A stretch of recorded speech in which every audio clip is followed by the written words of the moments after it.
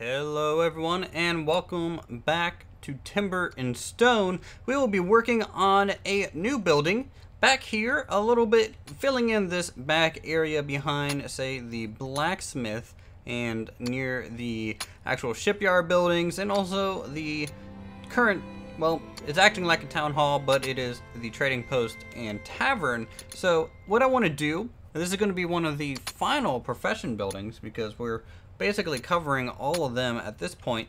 I want to turn this back area into the stonework kind of area where we will be having the stonemason live and work to carve out all of our needs. So first things first, we're going to go ahead and place some flooring. I'm just going to use some terrain stone here to fill in these areas first. Just like this. Now, I'm not quite sure if I want to use both plots for this. You know, it would be kind of cool to have a greenery area back here, kind of near the back retaining wall. Bryce killing some spiders off in the distance right now for us, but we'll just head over here again. I also want to end up making and thinking about how this slope up into the next tier is going to work, and I'm thinking we should probably use great stone as our divider, and we'll just go 3. Hold on, no, 3 is not gonna work. Well, we can do 2, 2, 2, and there. So that'll be a slight curve into this upper area. And basically, this is just something that I want to do to make it look a little bit more nice and interesting looking back here. And so rounding this corner, I think, is a pretty cool compromise. We can also, not trade anything because I don't want to bother with that menu. We can add some grass here to kind of support this stuff. I mean, I should be trading this, I think, in the long term, but I think right now we'll trade the cloth items. That's basically the only reason I maintain them anyways. There we go.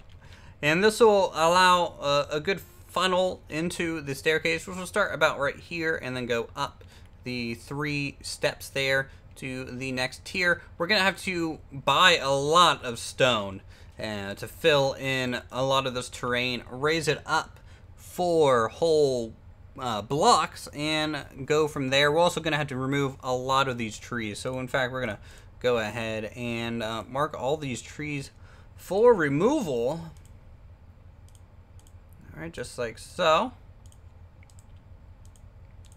I'm just waiting for them to finish filling that in because I can't really build off of a foundation that's not really there in Timber and Stone. So there's some dirt, but I think I'd rather use stone, to be honest, to fill this in, because stone is something that we can gather a lot more of. There's only a 1 block, maybe 2 block at most, kind of dirt layer on the map, so stone is actually a more abundant resource than dirt. So we'll just mark all of these trees for permanent removal.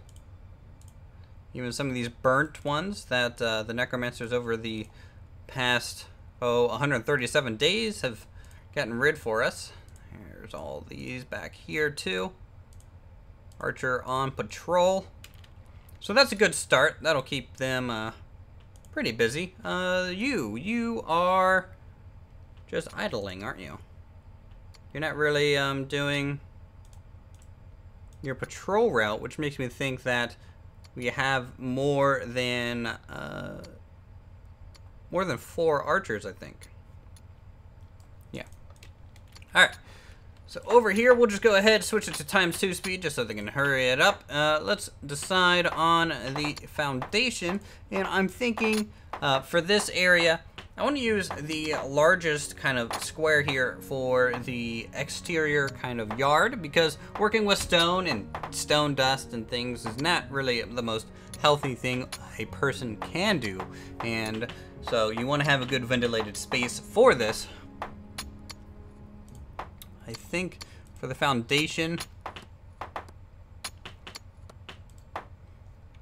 let's see. That building is using fieldstone. Those are the castle bricks, and these are umber bricks.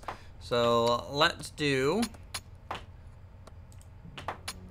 I have no idea. Tempered brick might be cool if you think about it. That'd be a nice brown kind of color back through here. So we will draw this out. In fact, let's get rid of this a little bit because really this foundation should only be affecting this structure. So let's square this up. So it is, we'll have a little bit of a jut to go through, and surprisingly that will give us a lot of extra room to work with on the interior of this building. Maybe only half of it will have an upper floor just over this square bit, and we'll have a staircase here. Not sure if I want to cross the road and with an overpass like we're doing with a lot of these other structures. It might be more interesting to do that in another way. So let's do, you know, let's use umber brick as the flooring of his home. Or this could be like the whole workshop space, and then his home can just be across the street. I think that would be a better option, you know. We've been steadily increasing the height of our buildings, and so I think it would be nice to have a low section in here. Just so that when you're down here at street view, kind of looking back here, you have kind of a low sight line, and then anything higher than that will be visible. Because currently just looking down the main road, it's such a narrow space that really the view line is terrible, but that's just kind of how it is. Okay. So out here in his work yard, let's come up with some wooden logs for pillars. Not all the pillars. Man, I don't want to make a whole wall there. We got spiders coming into the area, but our archers can deal with them very quickly. Alright, and for the outside, let's use pavestone gray, I think. I think that would be a good choice. Kind of a workable kind of concrete out there. And then we can fill it in kind of just along the edges to change the texture a little bit with, let's do, not pale brick, that's just a little too fancy. Let's do great stone, because that's gonna hold the shape in theory a lot more. This very weighty kind of stone there. Trade that away, that's fine. It's becoming dusk, day 137. Yeah, I'll get rid of the bandages, don't really need them. We're really low on leather. I killed some wolves earlier, so we'll go ahead and mark all these things for pickup. Now, until we get a herder, we're not going to have a good base income of leather and fur, wool, or anything like that. And, you know, that's to our detriment. Kind of a shame, but sadly, because we are building it more along the water side first, and the farmland will be more off towards this direction, I think that's just a compromise we're going to have to deal with going forward. Not having that herder for quite a while. You are stuck up there, aren't you there, guy? Let's get rid of these roads real quick. Alright, construction, train, stone. Alright, and we can already kind of bump this up a little bit. Something like this, and then flooring, pavestone gray. Here, here, and here.